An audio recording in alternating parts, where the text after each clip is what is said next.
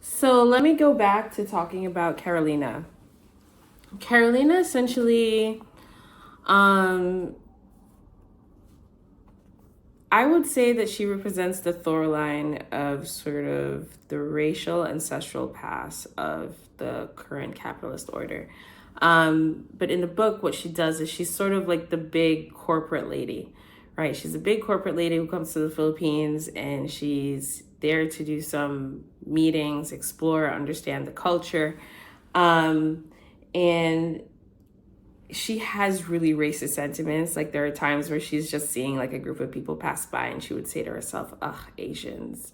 Or she would see like little kids on because it's very common to find street children who come from struggling backgrounds. So she would say things like, street urchins, stuff like that. It's bad.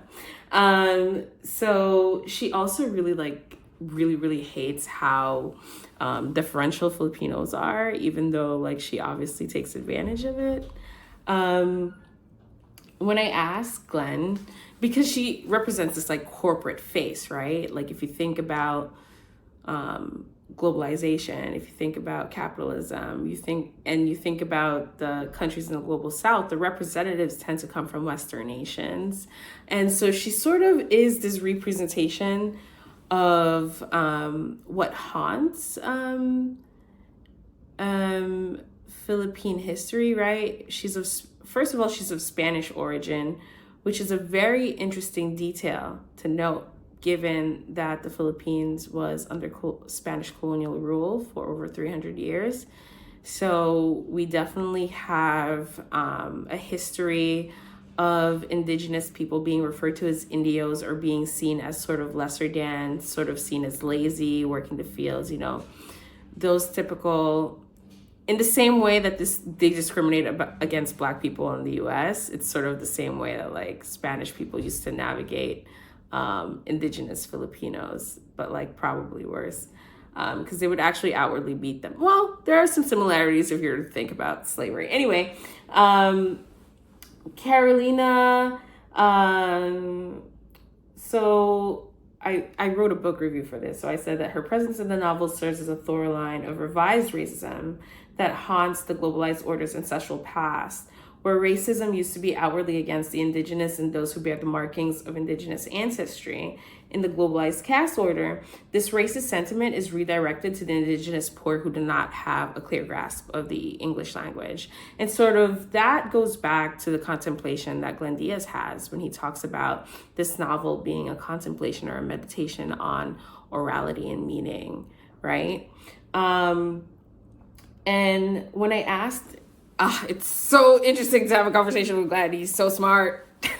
So when I asked him exactly what his sentiments were about corporate culture, right? Since we're talking about Carolina and how she's sort of the face of corporate culture.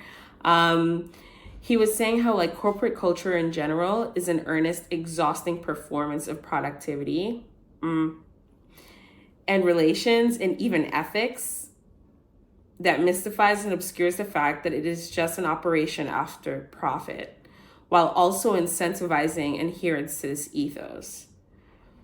To some extent, the book is an attempt to think about ways to find either respite from, or if not a way out of this claustrophobic fatal enclosure, that being the enclosure of race, class, and caste, right? And so I had more thoughts on these in terms of how Carolina is portrayed. She sort of, I'm just going to go back to like what's in the novel. She sort of drinks a lot. She's sort of having a midlife crisis. She's sort of like in this space in the beginning where Reynaldo was doing all her work, which is her Filipino tour guide that she turned into her lover. And that relationship within itself is a huge representation of how the capitalist order works, right? Like the people who do the work don't get the credit for it. And it all goes to a certain person who sits on top of the hierarchy, and they get the credit for it. So there's also this very interesting character in the novel named Karen.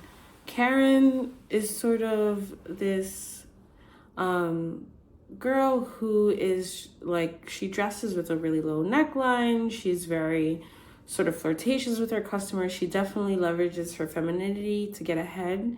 Sort of in the same way that Carolina does when it comes to Ronaldo doing her work, right? Karen does it, but with Brock, who's from Austin, Texas, and he's the head of operations of Utelco, which is the telecom company that they steal the money from.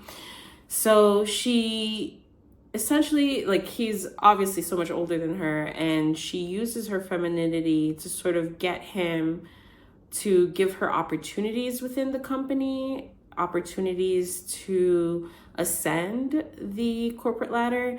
And, you know, I don't know, my personal impression of her was I thought she was very smart. I mean, God forgive me, and like gods of feminism, forgive me for that. But she was someone who saw opportunity, and she used her femininity to get that in the same way that Carolina did it. And, you know, it's interesting because I think that when people first hear Karen's story, there's a lot of sort of judgment, even in the ways that the characters within the novel regard her.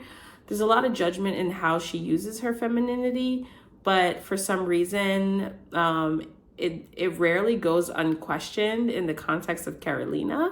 And so these are the very interesting ways, the nuanced ways that Glenn Diaz sort of like forces us to sort of interrogate our assumptions of people, right? Like, she even talks about how like foreigners stare at Karen all the time. Sometimes, you know, when Karen is with Brock, people look at her a certain way, or when she goes to her apartment, the doorman at his condo looks at her a certain way. And so that's also a very interesting character to note, because she actually ends up telling on them, not about the Utelco Corporation, which confused me a little bit, because they had this Jasmine Trias was on American Idol, and so a bunch of call center agents basically casted their votes using Utelco's telecom infrastructure, and they essentially get caught. And Karen sort of tells Brock who did it. And so those folks actually, I believe, get suspended. But it's interesting because they still include her in the actual loot of siphoning funds, which I thought was a very dangerous choice, but they said it was her proximity that allowed for such to happen. So Karen is a very interesting character because she's actually portrayed as not as a Filipino who comes from struggle. She's portrayed as one of the more well-off Filipinos. So her choice to be romantically involved with her boss is actually just like, one can make the argument that it's for love. Others can make the argument that it's for ascending the corporate ladder. However, granted, like, my own assumptions might be called to question here, right? What if she really loves him? And there's another scene with Philip where he ends up going to Thailand. He ends up buying a prostitute, which is, it's kind of hard. So I don't know. I personally have worked in sex, like stopping children from getting into sex tourism. And so in the chapter where like Philip goes to Thailand and like rents himself a prostitute, the whole boyfriend experience, I was a little shocked by that, because in my mind, the people who take advantage of those services tend to come from a certain culture. But, it was a very interesting addition to the novel, because it sort of forces you to interrogate your own assumptions, right? And so he has such a good time. It was like a whole boyfriend experience. It wasn't just sexual. They end up doing things together. He has such a good time that he misses his flight the next day. But he has the same empty feeling of emptiness that Alvin has. Like, he would cry when a certain love song would go on. I'm not familiar with love song. I think it's Bato sa Buhangin. I've never heard it before until I played it on YouTube. But he would have instances where he would just like sort of cry to the song, and so it seems as if like he wasn't fulfilled in the realms of love, and so despite having all this money, like he at some point just wanted to give it away and work. But he does a little bit of power moves, which kind of make him kind of like a not necessarily desirable human being, but those are what make the most interesting characters, right? When they have questionable things within their character that make you sort of like dislike them for a few minutes. So he did this thing where he was standing up to a cab driver who was sort of homophobic. Like he said like bakla, I'm guessing he said, because I'm not really sure what the translation of the word faggot would be in Filipino. But as he was leaving, he takes 1,000 peso bill, rips it up into pieces and throws it in his face, and then pays for his cab ride with 200 pesos. So that was a pretty, I guess I would say boss move if it wasn't so kind of mean. But I can't even imagine an American doing that. It was just like an extreme of something that you would do to somebody, especially someone who's closest to you, even though, sometimes when cab drivers kind of like say their feelings and sometimes it's not right, I think you should just scold them verbally instead of ripping up money in their face. But it's sort of his way of, it also symbolizes the ways in which once he's liberated from the clutches of capitalism, he sort of empowers himself by being able to rip up money without feeling any sort of remorse, especially in the context of standing up to someone. And so that's a very powerful move, if you're to analyze it in that way. And so it's also something worth noting. But the true revolutionary character within the novel was Alvin, and yet he's the only one that gets caught. And so I had some questions as I was writing the book review. I said to myself, what's great about Diaz's work is that it allows readers to contemplate the significance of difference in the meaning of happiness in the context of work.